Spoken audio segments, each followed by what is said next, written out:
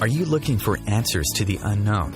Welcome to Live with Medium Lisa Phoenix and step into the magical presence of the metaphysical realm. Lisa will share the wisdom and musings from her own experiences, have intriguing conversations with other mediums and healers, in addition to exploring a wide array of topics and teachings on intuitive and mediumship development. Lisa will be taking your calls and inviting your friends and loved ones in the spirit world to share their stories with us. Raise your awareness as you are reunited on the level of love, and let's go live with Medium Lisa Phoenix. Hello, everybody, and you're welcome to Live with Lisa Phoenix. Happy Father's Day and happy Sunday. It's a wonderful day in Southern California. Welcome to Live with Lisa Phoenix Radio. I'm Lisa Phoenix, your host, a medium and energy intuitive. My show is all about healing, mediumship, and energy management. And my special guest this morning is Martha Bradley, intuitive healer. We're going to talk about a variety of topics this morning, including Martha's, how she started doing this work and her journey. The station is currently working on the call-in feature for the show. So for now, if you want to share some of your own challenges or ask questions about your own specific journey, please go to my Facebook page, Lisa Phoenix Live, and post your questions, and we will do our best to address them while we're on the air. If you want further information about the Live with Lisa Phoenix radio show, please visit my page on the OMTimes radio site at OMTimes, OMTIMES.com/IOM/hosts/Lisa, LISA Phoenix, PHOENIX. My website is getting an overhaul at the moment, and we'll have the new show info up soon. But if you do want to schedule a mediumship or intuitive guidance appointment with me, please go to my website, lisaphoenix.net. That's LISAPHOENIX.net. Or email me directly at info@lisaphoenix.net. And we can work out the details. I'd love it if you would go to my website, once again, lisaphoenix.net, and sign up for my Intuitive Insights newsletter, which will also add you to my mailing list. And please like me on Facebook at Lisa Phoenix Live. I want to welcome my special guest, Martha Bradley. Martha, good morning. Good morning, Lisa. How you doing today? I'm okay. Can you hear me okay? Yep, you're coming in loud and clear. Good. So, Martha, I'm going to sometimes I do it both ways, but I would like to let you this morning tell our listeners who you are, what you do, and what you're all about.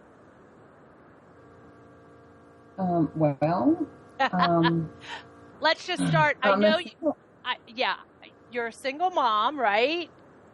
I was, right. Yeah, so just go for it. Because I know you work with several different groups and you do this and that, so just jump right in. Okay. So, I had a near-death experience 28 years ago. I was single then, college student. My children are very intuitive, especially my youngest child. And I work with child rights. I work with a private group through Facebook to help adoption or foster situation. I also have friends that are going through adoption and foster situation. And I work with afterlife groups, the afterlife group that Terry Daniel runs. I'm very active in. People kind of depend on me for insight, for getting a little bit of spirit or download. They'll ask me questions and kind of ask, well, what do you feel? Are you getting anything? And I don't know, it's just kind of natural. I've never been trained in any way. I just tell them what I feel, and then 6 months later they say, you said that. So right. It's kind of been like that throughout most of my life, but of course after my accident, it got more intense, I guess is the best way of putting it. Gotcha. And do you want to go back with us? Do you want to tell us about what happened back then? Well, I was driving to college. I commuted. And as you know, it's from New Jersey going to where I went to college. It's quite a distance. And I used to leave early in the morning and have breakfast with my professors. And I woke up in the hospital from a coma a few days later. It wasn't paramedics, they were EMTs or rescue squad workers. When they got to the scene, they found me in the hatchback, and I had been driving my Mustang seatbelted. And so I flew out of my seat into the hatchback of the car. And when they got there were no vital signs. So, it took them a little bit to get me back. Gotcha. I then had a severe traumatic brain injury, a paralysis on my right side, and what ended up being a full 10-year recovery in order to be as close to myself as I could. Gotcha. And then and as a result of that, didn't different things start happening in your awareness and stuff like that? Well,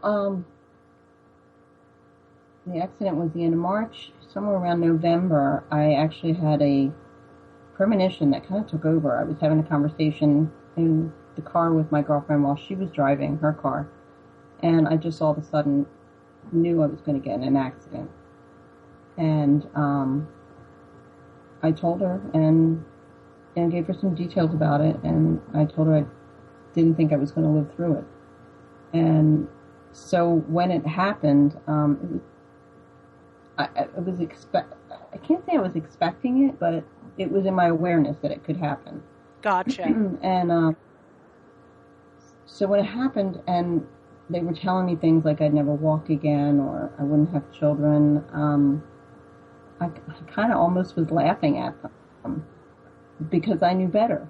Right.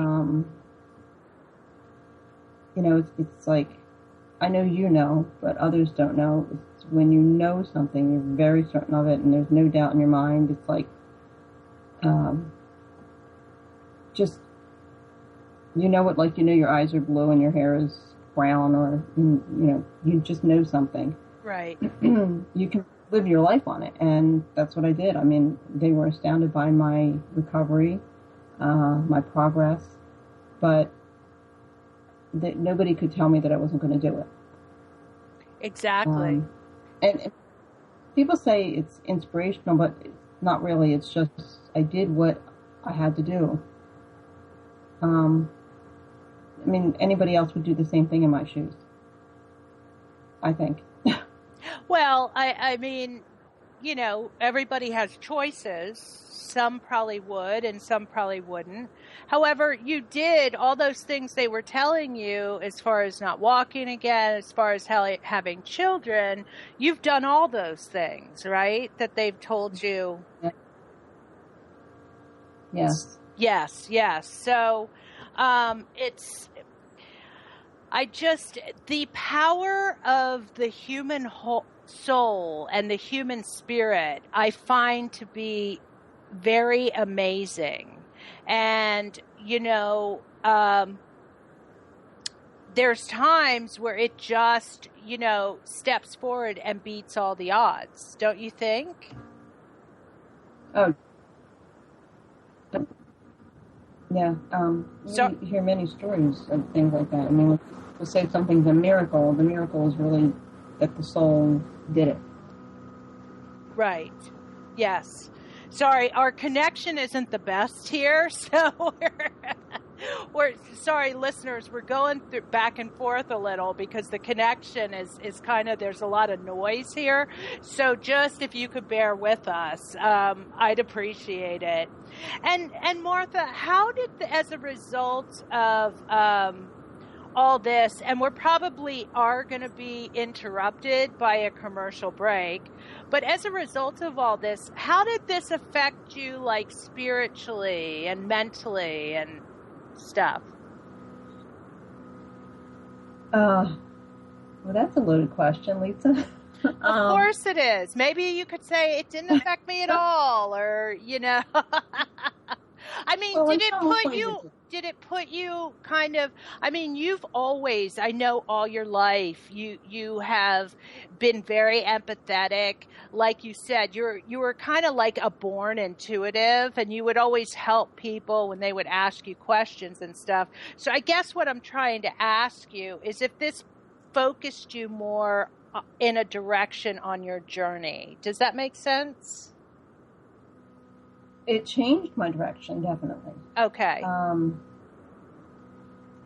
Absolutely changed. I was intending to go to law school, and yet at the same time, I find myself full circle with dealing with the opposite sides of the situations. So in other words, I am in this group that I'm in with attorneys working for children's rights, but instead of being the one that's able to help enforce the law, I'm one of the ones that helps the people that need the law enforced. Right. So it's exactly the opposite.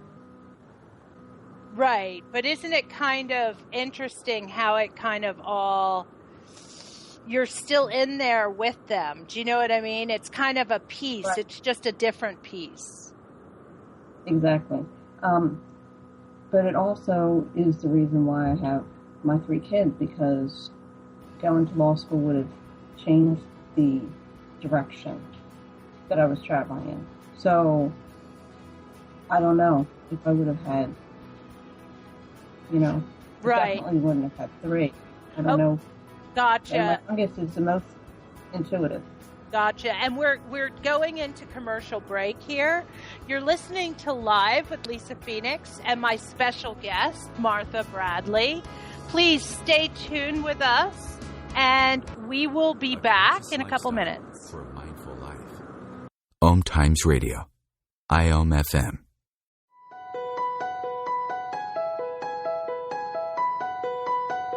Hello, I'm Miriam Knight of New Consciousness Review, inviting you to my new show where I interview the rising stars of the conscious awakening.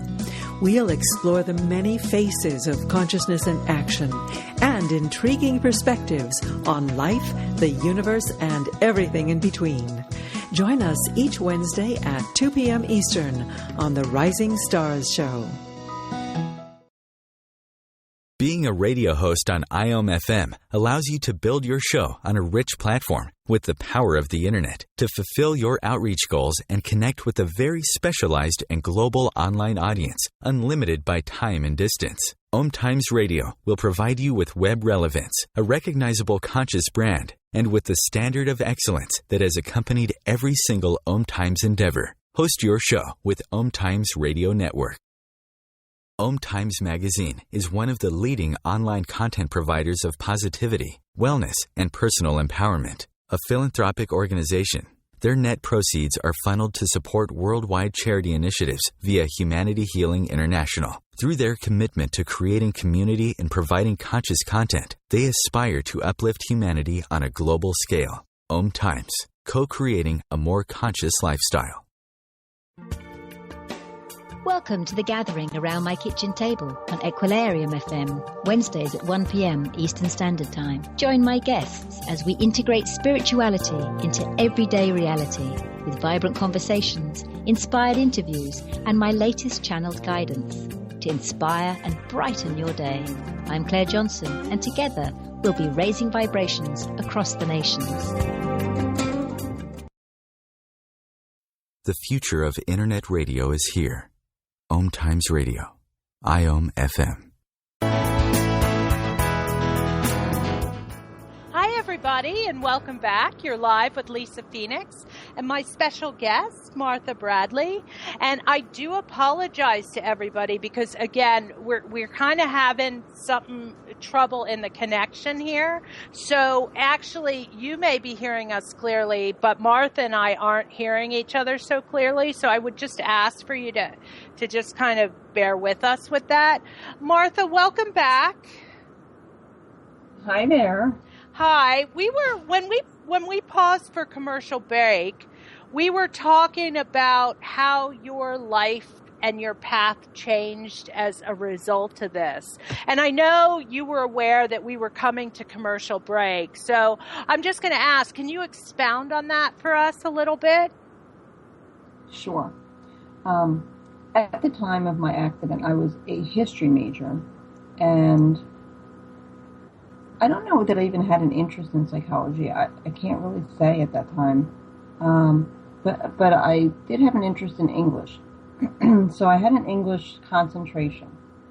After the accident, when I was outpatient at the rehab, the doctors advised me not to go back to school. But I couldn't just sit home and do nothing and watch soap operas. And I mean, it wasn't me. I worked very, very hard and worked 3 part-time jobs, while I was going through full-time college. So I went back, and I couldn't yet write with my right hand, and I had trouble walking, couldn't really understand my speech very well, but I was determined to do it, and I did it, and I did graduate. I graduated late, but I graduated. Awesome. But I had this trying to figure out what courses to take. I pretty much finished my history degree, and so I really didn't have to take any history classes. In fact, I retook one I had already taken just because I wanted to take something familiar to me. Mm-hmm. And I found out I didn't remember any history, none, and I had like 36 or 40 credits in history, and I remembered nothing.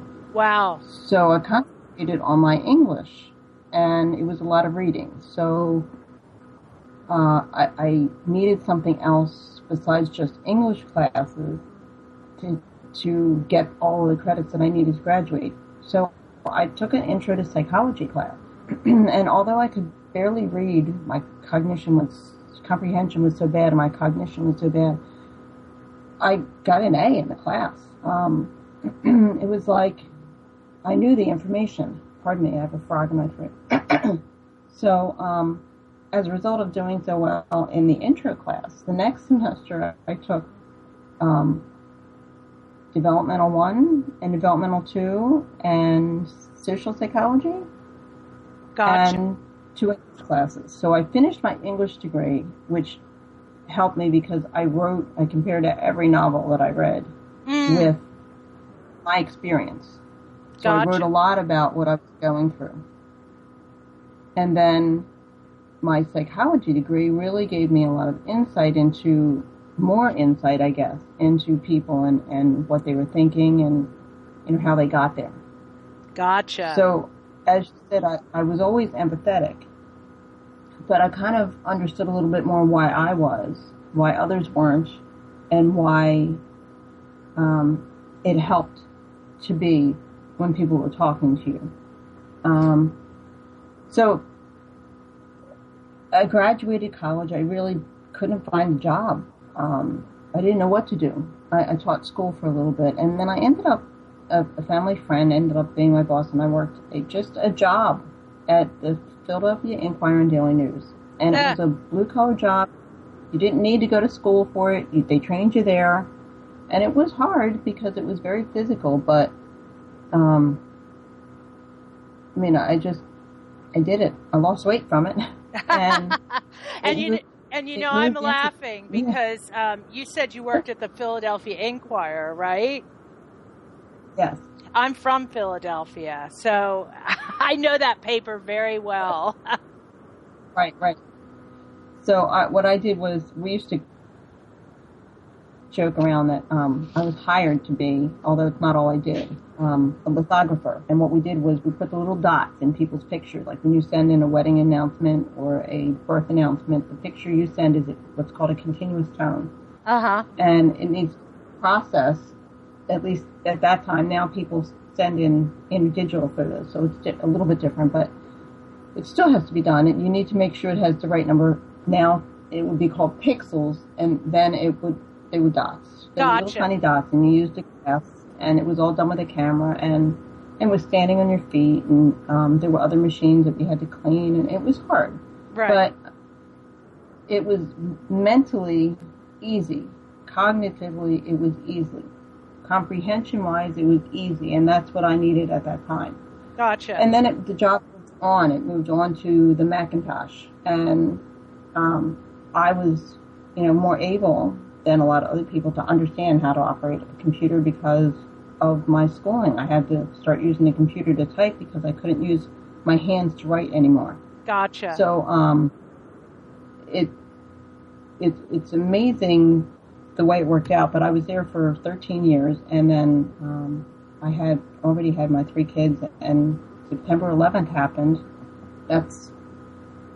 I don't know what it did to you, but it certainly did a lot to me, just that whole experience of September 11th. Yes. And it did a lot to a lot of people. Yes. Being here on the East Coast, it was strange. I'm in a fly zone, and planes fly overhead all the time, and not having any planes that day, it was awing. And then when they started again, it was unnerving. Right. But emotionally and spiritually, I just went through a very long period of, I can't say it was depression. It was I can't describe it. Just like there's no words for what occurs in a near-death experience, there's no words for the feeling that I had at that time. Okay. So as I was going through school, I realized that maybe people weren't meaning to, but I could feel that they felt uncomfortable. I mean, many people can feel when somebody feels uncomfortable, but this was more intense, and it made me more uncomfortable, and it was very difficult to be in, because I looked different, I walked different, I acted different, I was just different. And college students are still pretty young and interested in partying, and I was real life in these days. Right. So the things that I no longer did at that time when I was at school were the conversations with girlfriends where they would say, what do you think about this boy, or what do you think about that boy, or what should I do in this situation? And they would always call me the wise one. So once I left the Inquirer and I had my 3 kids, they were young, and I was home all the time. And this TV show started on local television, Crossing Over with John Edward. Okay. And I remember watching it and seeing him do what he did, and just feeling so comfortable and so like I wasn't alone. And that's really when all of the awareness stepped in. I think being alone and not having anybody to talk to, and kind of being secluded in my brain injury people didn't understand. Right. Put a real kind of standstill in my awareness, and I'm sure my recovery did too. But once I saw just one episode, I was amazed. It just opened up my world, and then I realized the connection with my children when they were young. It just, everything started to making sense, I guess. Right. And I just want to throw in here just for a moment that that's how it happens a lot of times with, there's something that will come into your awareness. And for you, it was Crossing Over with John Edwards.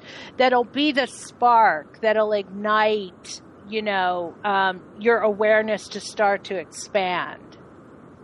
Correct? Yes. Yes, I would watch every episode. I was very upset when he went off the air, but it was, and my kids watched it with me. Did they? Were young, but still. Yeah. Right. There were two shows we used to watch, and they loved A Baby Story and Crossing Over. Oh, how fun. So,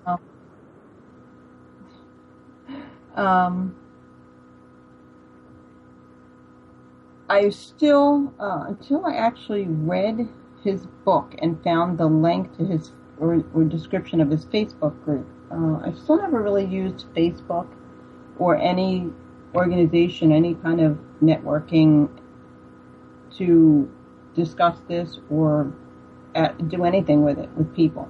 I talked to very few people about, you know, you think, oh, I wonder how, you know, so-and-so is, and the phone rings and it's so-and-so and you haven't talked to them in forever.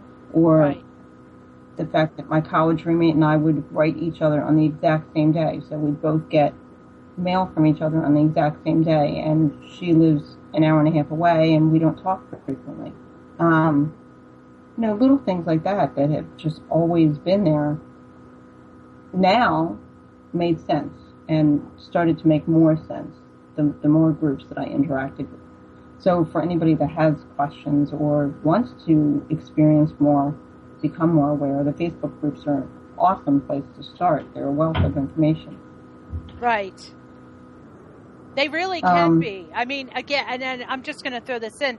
They really can be. I mean, they can work both ways, you know, but you can find, I mean, a lot of this stuff, several years back, I mean, and for a lot of people, it wasn't available. So people were more in the dark, you know, and didn't have anywhere to go. So. Well, when I had my experience, Raymond Moody was the only one that actually wrote about them. And he's the one that talked about near-death experiences, and he's the first one. And there weren't any other books. There wasn't really, I mean, you know, John Edwards jokes about this, and I was the same way. If I went into a bookstore and tried to find anything about it, it was in the occult section, and that was like taboo if you went in the occult section. Exactly. And we're stopping here for a commercial break. You're live with Lisa Phoenix, my special guest, Martha Bradley. Stay tuned. We'll be right back.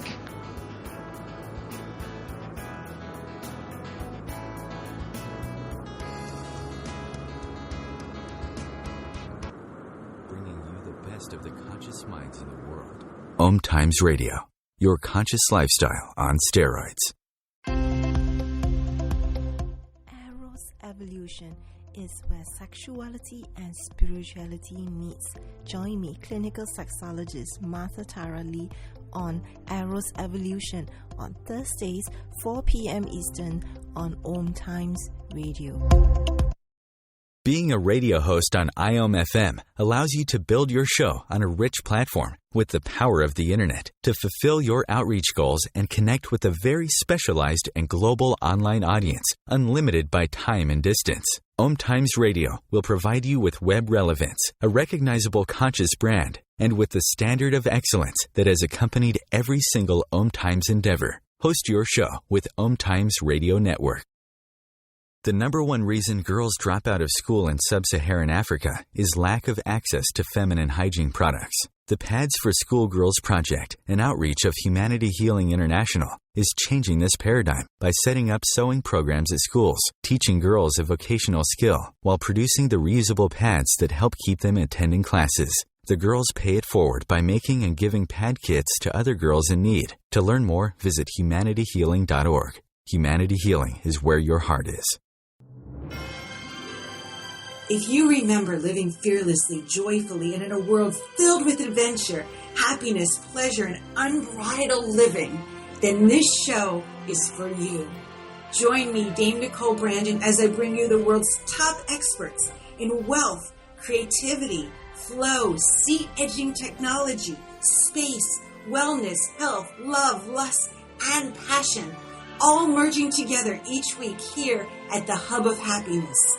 Mondays at 6 p.m. Pacific Time and 9 p.m. Eastern Time on Passionate Living, where you can ride on the magic carpet ride of living and learn how to lead a passionately wild, exciting, and outrageously amazing life. your conscious lifestyle on steroids. OMTimes Radio. IOM FM.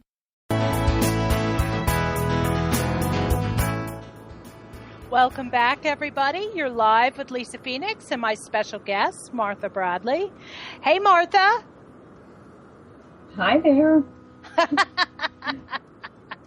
I'm sorry we got cut off there at the end by the commercial break. So, as for our listeners, the last thing you were talking about is how you kind of stumbled across John Edwards' show Crossing Over, and you were starting to be able to tell us like kind of what springboarded as a result of that as your awareness started to open up more. Right. Well, it's funny because I was accepting that I was aware. I was accepting that I was different. I thought I was very, very different. But now, the more people you talk to, the more people you find out have these experiences and just are afraid to talk about them. Right. It's a shame. But finding out about John Edwards' Facebook group, I got in the Facebook group and I made some friends there. And Terry Daniel, who runs the Afterlife Awareness Group, posted something about her conference. And so I tried to be able to go to the conference, but I couldn't. It was during the school year. I think it's always during the school year. Gotcha. And so I got involved with her Facebook group, and it was really neat hearing the stories of people coming back from the conference.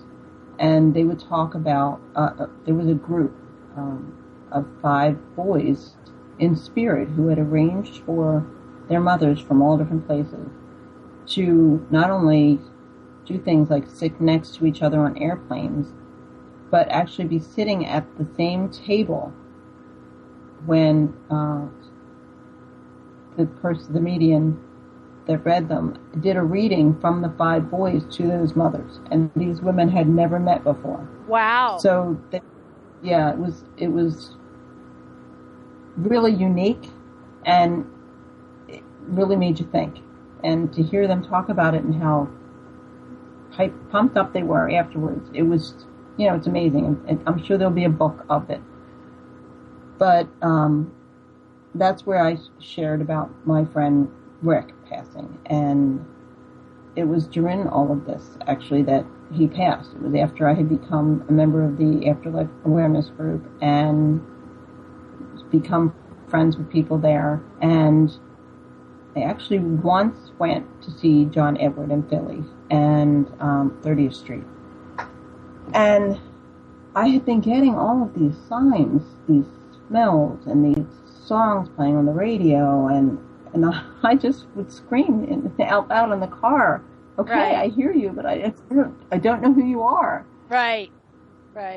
And I found out not until Father's Day, when I sent a text message for Father's Day, that very, very dear friend of mine, Rick, had passed away right around the time that I went to see John Edward. Gotcha. And we used to talk about everything. We talked about religion and politics, but we'd talk about spiritual things, and I felt totally comfortable with him just saying whatever was on my mind. And then he would debate me on it or agree with it or say, that's interesting, but we would just talk for hours about anything. And we would just do our laundry, make our dinners on the phone, talking. It was right. It was neat. But after I found out he passed, I also found out from a friend of mine who's a medium. She said that he was there with her, and we had a conversation. And the closeness that we felt was because we had been in a committed relationship in a previous life. And I can't say that I really thought much of previous lives before that, but it made sense. Everything clicked, and I started looking more into past lives. Right. So it's like everything that was happening was another step. another stage. And so the more I would find out, the more I would get, like, I don't want to say get messages, but really that's what they were. I would relay them. It's not like you could say to me, well, I want to know what, Uncle Johnny in spirit wants to know or thinks about what I'm doing today. I can't do anything like that. It's like when I'm talking to somebody, I can ask them questions based on what I'm feeling and Right. give them information based on what I'm feeling. And sometimes even thoughts will come through that I know can't be mine because I don't know what they mean. I don't know what they're talking about. Exactly. And so I'll tell them. But with Rick, it was a very intense connection. And it kind of faded, but, I would get messages in my sleep. He was very electrical in his communication, so my laptop wouldn't work. Gotcha. Died. Gotcha. My phone would work. Nothing was working right. It was so frustrating.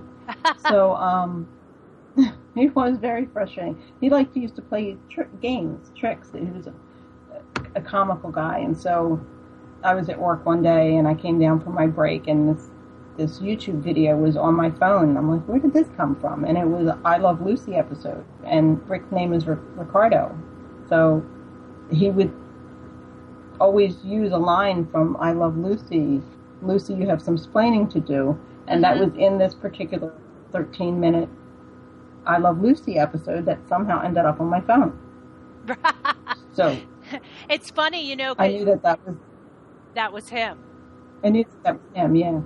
It's funny because I have a friend too, and he was big on watching that show, The Honeymooners. And there were some classic lines in like, I'm going to send you to the moon, Alice. And I would receive kind of like stuff like that on, or it would just like pop on the TV. So, and I kind of did want to step back a little bit because when you were talking about the Afterlife Awareness Conference and stuff, and you were saying how the 5 children, the 5 spirits set up for their parents to kind of be, or their moms to be on the same plane, to be at the same table when they were getting their readings. It's really amazing. Of course, spirit, you make your own choices, but it is really amazing the things that spirit can do if you just allow yourself to be open to it. Don't you think? Yes. Yes, without a doubt. And Suzanne Northrup was the medium that read them. And gotcha. Apparently, to be in that room, it was like people were crying because these moms got to hear from their sons, and they knew that the boys were all together, and so they didn't have to worry anymore. Right. I get chills just saying that. I know, I felt chills when you were just saying that too. I really did, because, we live here in this world, but in the spirit world, it's like our loved ones, our friends, they never stop trying to help us move forward and help take care of us in so many different ways. We have received some strange phone calls here at the house, and when this is my parents' house, and so the phone is in my father's name, and a couple times the phone has rung, and it has my father's name on it, and it's the home phone number.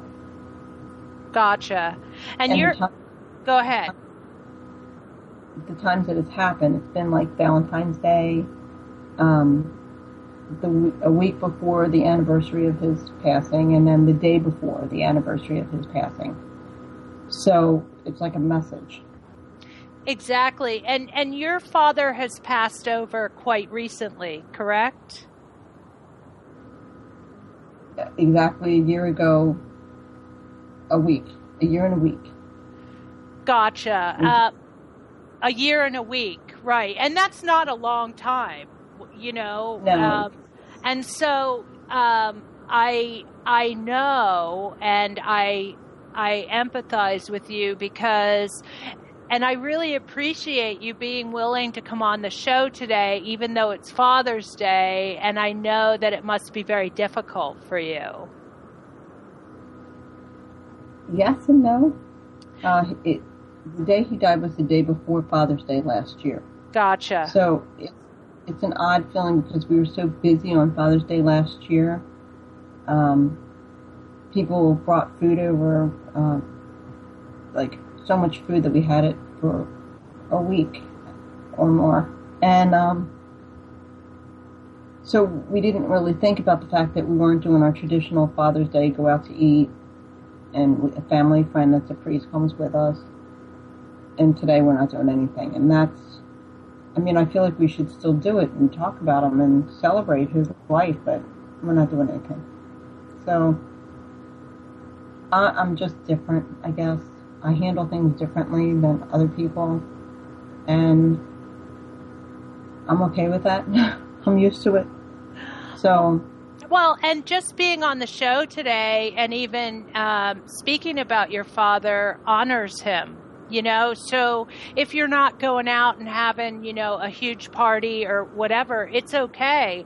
Just the fact that you are acknowledging him, are honor, it's honor to them, you know. I mean, it's like they really say your loved ones, when they pass, they're only a thought away, you know, and that's what matters most, are your thoughts, because they're getting them, and they're feeling that love, and I know, too, because my father is also on the other side, and I was going to go ahead and talk a little bit about our fathers, but I'm going to have to save it for the commercial, after the commercial break, because here we go. You're live with Lisa Phoenix and Martha Bradley. Please stay with us. We'll be right back after this commercial break.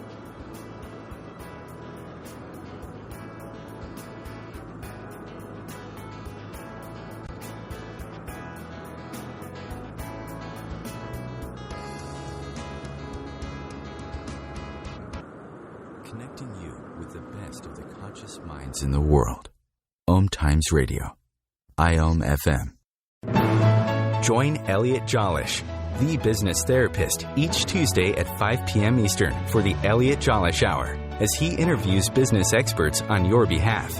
And you're invited to email your business questions to questions@ecjgroup.com for answers, live, on air every Tuesday at 5 p.m. Eastern on the Elliot Jolish Hour. Host your show on IOM FM, the radio network of OMTimes Media, one of the more recognized brand names in the conscious community, and is backed by the extensive marketing reach of OMTimes. Hosting a show on IOM FM immediately connects you with our extensive dedicated community. Have you ever wondered how to change your love paradigm? The secret key is finding a love partnership, not just a regular connection. How do you find these? Through conscious relationships. Ascending Hearts Dating is a dating site for people like you that believes in second chances and a different type of spiritual connection. Try Ascending Hearts for free today at ascendinghearts.com and change your love paradigm. Ascending Hearts, the premier dating community for the spiritually awake. Matt Connerton here. Join Jen Coffey and I twice a week for Matt Connerton Unleashed, a political talk show that's a little different than what you're used to. No liberal or conservative agenda here, just an honest dialogue about truth and how things really work in the world of politics. Matt Connerton Unleashed, every Tuesday and Thursday night at 11 p.m. Eastern on OMTimes Radio. Your conscious lifestyle on steroids. OMTimes Radio. IOM FM.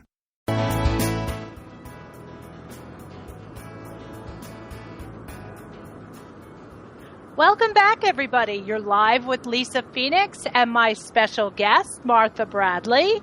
And I wanted to take this last 15 minutes and just kind of sharing with you all, and Martha's going to join me, and just kind of let's talk about honoring our dads, for those of you who want to do so. Again, my dad has been passed actually for a number of years. Martha's dad, not so soon. And I'm going to start this off because this isn't a dad, this is a female. But there was a female in my life who actually just passed away this past week. She was both a friend and she was actually a client as well. And before she had passed, I actually had an appointment with another medium because I believe that if you want messages for yourself, you should go talk to somebody else, because sometimes if you try to listen into everything yourself, it can kind of get skewed. So this was a group setting, so everybody only got like 5 or 10 minutes, but I thought it would be great to start this off because she only had like a minute to say her piece, because yes, my dad came through, yes, my mom came through, but she popped in, and the one thing what she said was, besides the fact that she still looked good at her age, but besides the fact, she referenced the Beyonce song, I'm a Survivor. And she said she's a survivor. She was a survivor in life, and she wanted everybody to know that she still continues to be a survivor on the other side. And, that's true of all our loved ones that have crossed over. And as Martha was saying earlier, that this year they're not doing like a big celebration, like dinners and this and that, but just again, thoughts are just so important. And I just want to give all you guys the opportunity today. My favorite thing, I love to send balloons. So even if we just want to pause here for a minute, and if you want to think about your father, and whether you send him I love you, whether you send him a balloon, whether you send them a flower in your mind, let's just pause here for half a second, and let's just all send our fathers that are crossed over just some good wishes, okay? I'm just going to take a second, there'll be silence for a second, and I welcome all of you to do that.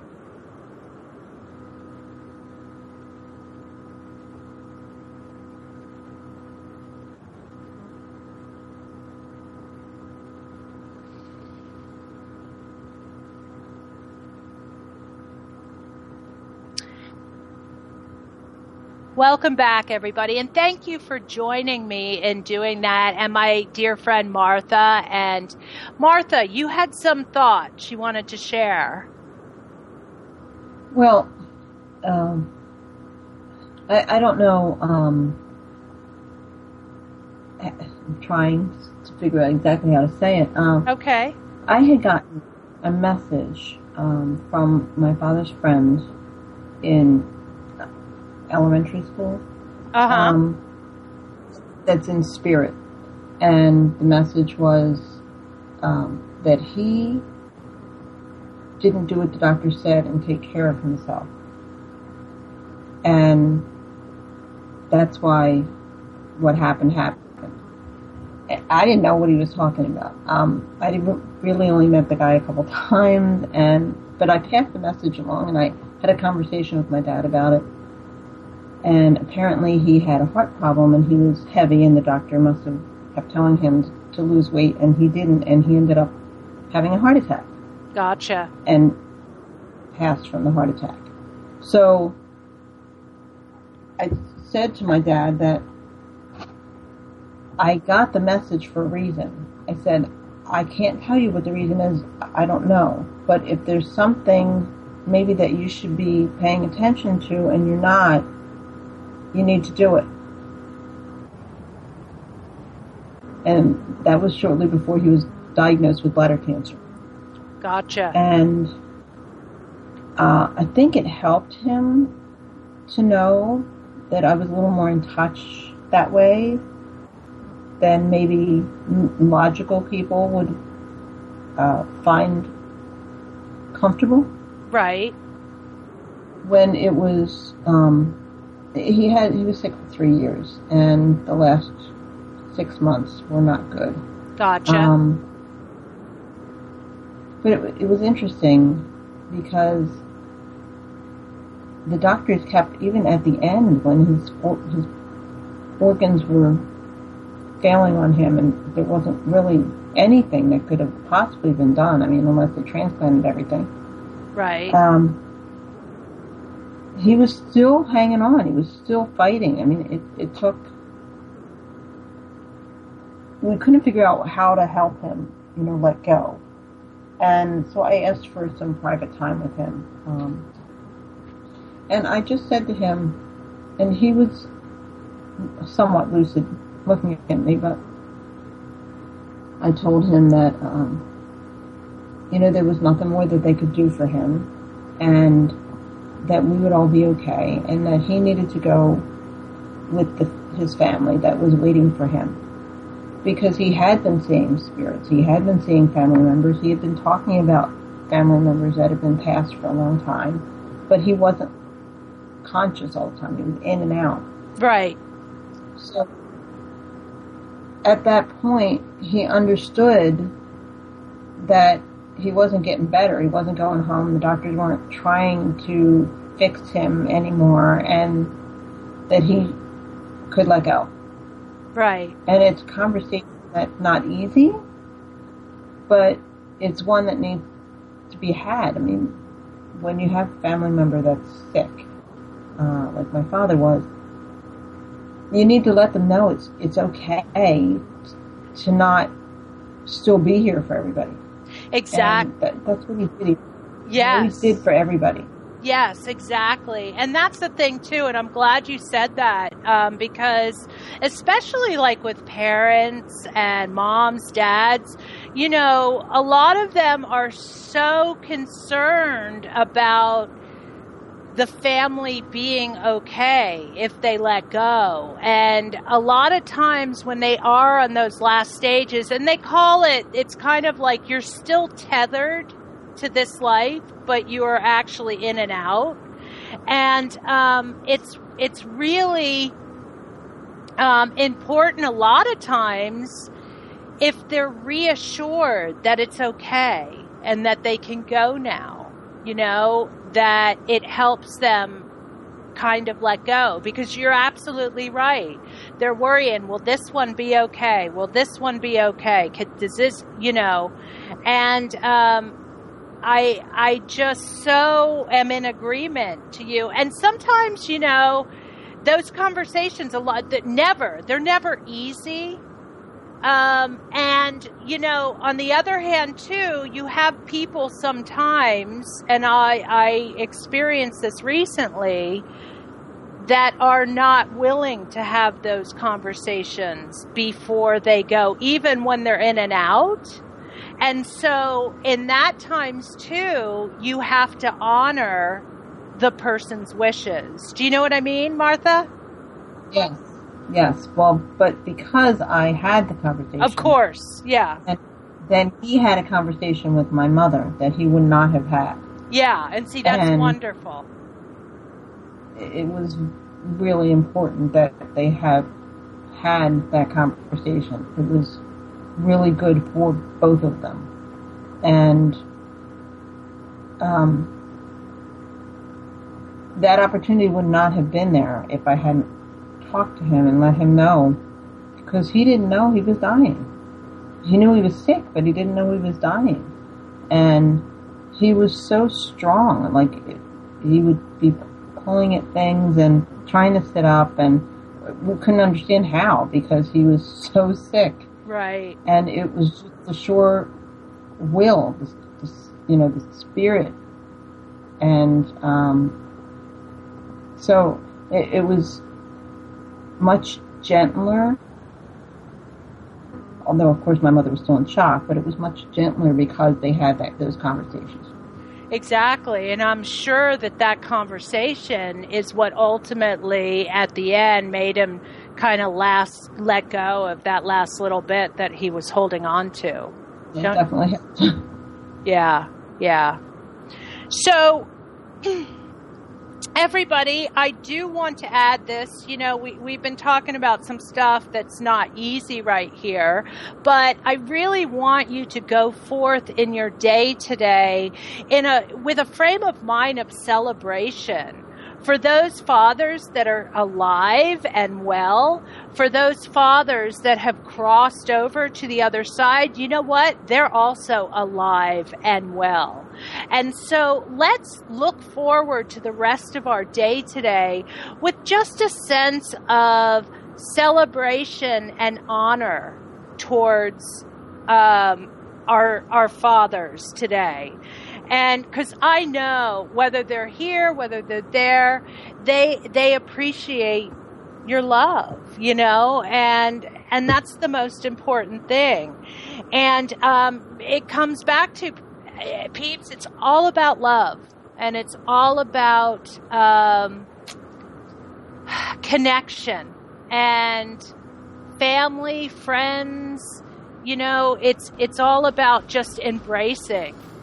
Now, Martha, I want to thank you so much for being on the show this morning. And thanks for helping all of us expand our awareness a little bit more today. Thank all you listeners out there for hanging out with us this morning. And I'm so sorry about the technical difficulties that we were having today. Be sure to visit my website, lisaphoenix.net. That's LISAPHOENIX.net. Live with Lisa Phoenix is on every Sunday at 1 p.m. Eastern Time, which is 10 a.m. Pacific Time. So please tune back in with us next week. Thank you, everybody. Happy Father's Day. Thank you, Martha. Let's have a great rest of the day today, everybody. You too. See you later.